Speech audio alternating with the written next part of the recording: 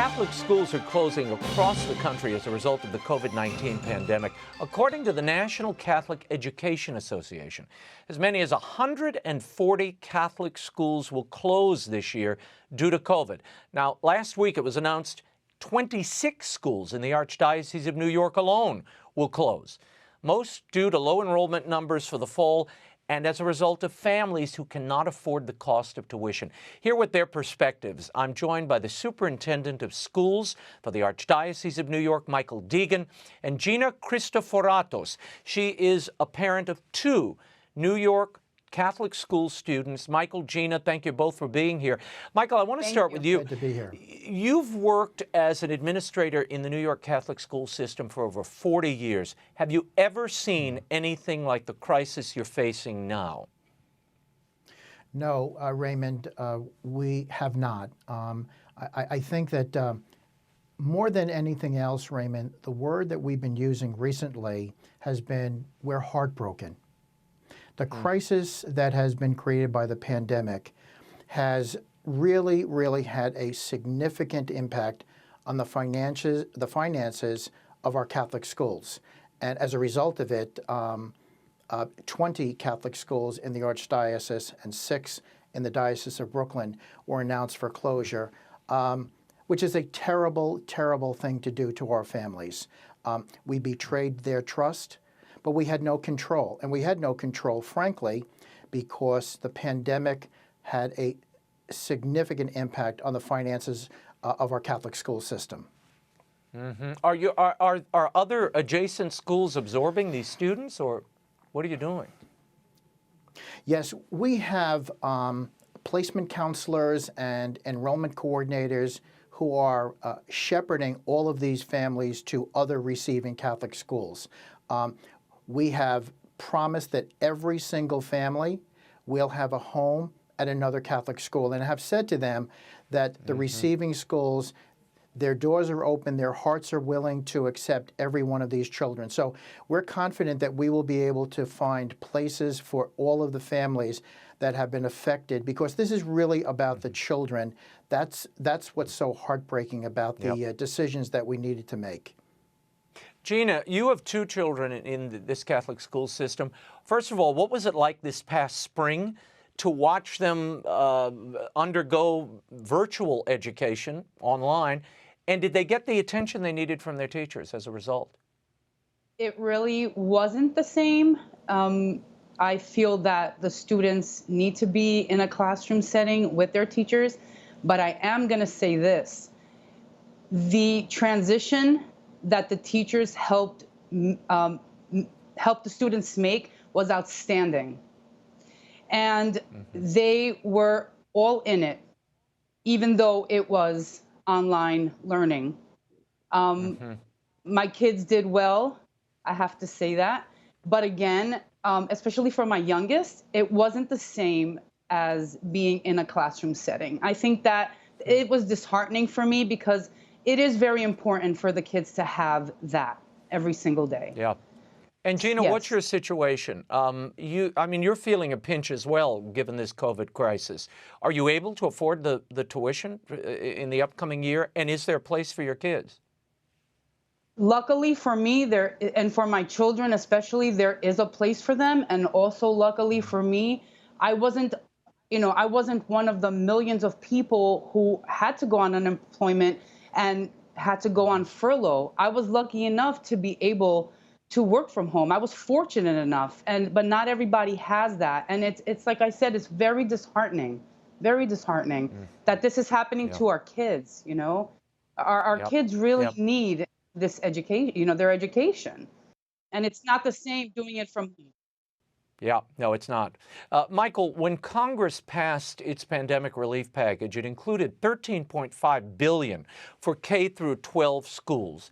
And that was intended to be distributed to both public and private schools. Now, New York has decided to join the federal lawsuit to deprive private and Catholic schools of relief funds. What will you do if you don't have access to these dollars?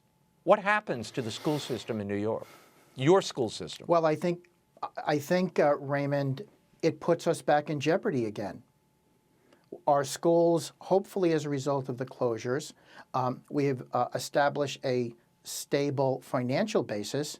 But if we do not receive the money from the CARES Act that we are legally entitled to, I find it astounding to hear the laundry list of complainants who have filed lawsuits against the United States Department of Education in opposition to giving Catholic schools their legal fair share of the money. New York City Department of Education filed a lawsuit on Friday in opposition to Catholic schools and religious schools receiving this money that we are legally entitled to. Our children will be deprived. I was astounded yesterday, to learn that the NAACP has also joined that litigation in opposing Catholic schools from receiving this money. 60,000 children in my school system. More than half of them are children of color. Most of them live below the poverty line. The fact that the New York City Department of Education, the NAACP, and states around the country are turning their back on poor and deserving children and excluding them from the opportunity for them to benefit from a Catholic school education is outrageous. It is absolutely deplorable. Michael, do you see this as an effort to target Catholic schools, to get them off the map? I mean, if you can put them out of business, all those children would have to go. The only option for most parents would be sending them to public schools, and that's just what the teachers' unions want. Let's face it, more federal dollars. Yeah, I think the real challenge that we face here is, Raymond, that we're not in opposition to public education and public schools getting their fair share, but it shouldn't be at the exclusion of our Catholic school families. Our parents pay taxes. Our parents have a legal right for parental choice. They don't want their children in public schools. Gina just gave an illustration of the kind of culture and nurturing and faith that goes on in a Catholic school that some of which we missed during the remote learning. Our children have a right to put their children in one of our Catholic schools. And unfortunately, even after the efforts of the current administration to ensure legally that we were going to get our fair share, throughout the country we are being deprived. And we're being told, in some cases, it's ignorance. But in some cases, the opposition is because they want to put us out of business. They don't want to share, which of course is not fair because we're not pitted against public schools. But we deserve what we are entitled to because the children deserve a Catholic education. Well, and I also think the Catholic school system also provides an enormous public service here. And frankly, the quality of education compared to public education in almost every metric, it's superior. We have to say that. Gina, you were educated in Catholic schools and have made the choice to send your children to Catholic schools. Correct. How important is school choice to you? The president has said it's a civil rights issue and that you should have tax credits. Do you support that? I feel that as a parent, I should be able to make whatever choice for my children. I have never been involved in the public education system, nor do I, every parent should have a choice is the bottom line. When I did look into schools, when my oldest was getting ready to go into school, I went by where, first of all, scores, math scores, reading scores, okay, where it was easiest for me to take my child. And for me, growing up in a religious family, I wanted my children to be part of a religious program. So that it should be my choice of where I want my children to go to school. And for me, Catholic school is where I want my children to be educated.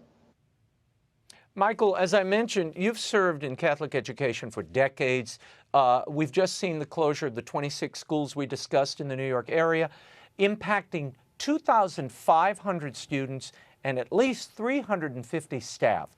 How important is it for there to be tax credits available to students who want to attend Catholic schools, to give these parents the choice? Do you all support that? Yes, of course. And I would go so far as to say that the HEROES Act, which is being considered now by the elected officials in Washington, is a way in which we can provide tuition tax credit for all of our families.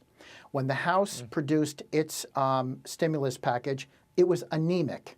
In fact, it was insulting to every Catholic in the country because it was completely devoid of any stimulus money going to Catholic schools or Catholic families freely choosing to send their children to a Catholic school. We are optimistic that the Senate's version that Senator Mitch McConnell is working on with his colleagues will in fact include a provision for tuition tax credits. Parents have a right to freely choose where they want to go. And the way in which that's going to happen is that HEROES Act has to have contained in it the tuition tax credit. It's critical for the future of Catholic education. But I got to get to Gina, but Michael, before I let you go, just a few seconds here. What do you make of the teachers' unions in LA and other places demanding, monies from the police department and all sorts of extraneous things that have nothing to do with the education of children before they'll return to school? What do you make of that? Well, it's tragic because they're putting political agendas before the needs of our children. That's the difference between Catholic education and public education in so many areas. We think that children come first. Yeah. No, well, that's obvious. I mean, you see it in the schools, you see it in their test scores, and you see it in the type of people that they become and how they flower in Catholic schools. Gina, what does it mean to your kids to be in a Catholic school? Have they discussed that at all with you? And have you considered the possibility that they might not be there if they have to close down the school? Yes, it actually kind of does scare me a little bit because then I really wouldn't know what I would do. My daughter is more outspoken than my son, who's only 8 years old. And, she's been in Catholic school since 4 years old. So, I mean, I would personally think it would affect her very much because, again, the way the system does work a lot differently in Catholic school. And how do you take someone out of it who's been going there since 4 years old? Yeah. And I think and the values inculcated. And the values and everything. And I really think it is a little bit ridiculous that, we're talking about our children. We're not talking about anything else. We're trying to invest in our children's future. And it doesn't seem like, you both identified the heart of the matter. This should be about children and their future, not political agendas, teachers' unions, or anybody else, frankly. It should be about what's best for that child and the best outcome for them. And this is all, again, politics gets tied up in the spokes of this thing every time. Michael, what are your plans, very briefly, for reopening the schools in New York this fall? Are you going to reopen on time, and under what circumstances? Yes, Raymond, we are planning on opening. We're opening our doors 5 days a week for all of our children. For those that aren't able to fit into our buildings, we have remote synchronized learning that will happen for those families that either choose to remain home with their children, or for those that we're not able to accommodate with respect to to the size of the buildings and the structures. If I could take one moment, Raymond. This is a critical and pivotal moment in the future of Catholic education. The elected officials in Washington are now listening to us. There's a call to action. It is critical that every Catholic in the country call or email their elected officials in Washington and tell them that they are expecting and demanding that the HEROES Act contain the tuition tax credit for our families. It is critical for the future of Catholic education in this country. Michael Deegan, Gina Christoforatos, thank you both for being here. Thank and you. For being so willing to speak the truth. And thank you, Mr. We'll Deegan, for always being on top of everything. Thank you. Thank you, Gina. Great. Thank you. Good to see you. Thank you. Great job. Thank you both. Thanks, you. Raymond.